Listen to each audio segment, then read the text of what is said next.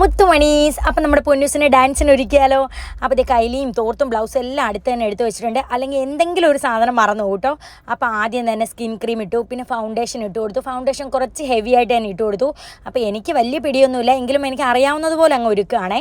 അത് കഴിഞ്ഞിട്ട് I shadow ഇട്ട് കൊടുത്തു, അതും നല്ല ഹെവി ആയിട്ട് ഇട്ട് കൊടുത്തു. പിന്നെ നമ്മുടെ ലാക്മിയുടെ കാജൽ വെച്ചിട്ട് കണ്ണിന് മുകളിലും താഴെയായിട്ട് എഴുതി കൊടുത്തു. അതിന് മുകളിലായിട്ട് വാട്ടർ പ്രൂഫിൻ്റെ ഐലൈനർ വെച്ച് എഴുതി കൊടുത്തു. അപ്പോൾ നല്ല കറുപ്പ് കിട്ടും കേട്ടോ.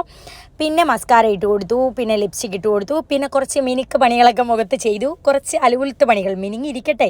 പിന്നെ ദേ അണ്ണൻ കയ്യിൽ ഇട്ട് കൊടുത്തു.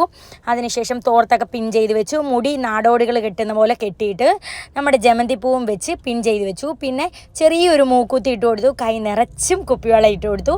മാല ചെറിയ ഒരു ശംഖുമാല ഇട്ട് കൊടുത്തു. പിന്നെ റെഡ് കളറിലെ പൊട്ടിട്ട് കൊടുത്തു. അതിന് താഴെ ഐലൈനർ വെച്ച് ചെറിയൊരു കുത്തിട്ട് കൊടുത്തു. പിന്നെ അണ്ണൻ്റെ ചിലങ്കയൊക്കെ കെട്ടിക്കൊടുത്ത് നമ്മൾ നേരെ സ്കൂളിൽ പോയി ചെസ് നമ്പറൊക്കെ വാങ്ങിച്ചു. പൊന്നൂസ് ഒരുങ്ങിയത് ഇഷ്ടപ്പെട്ടോ ഇല്ലയോ എന്ന് പറയണേ മുത്തുമണി.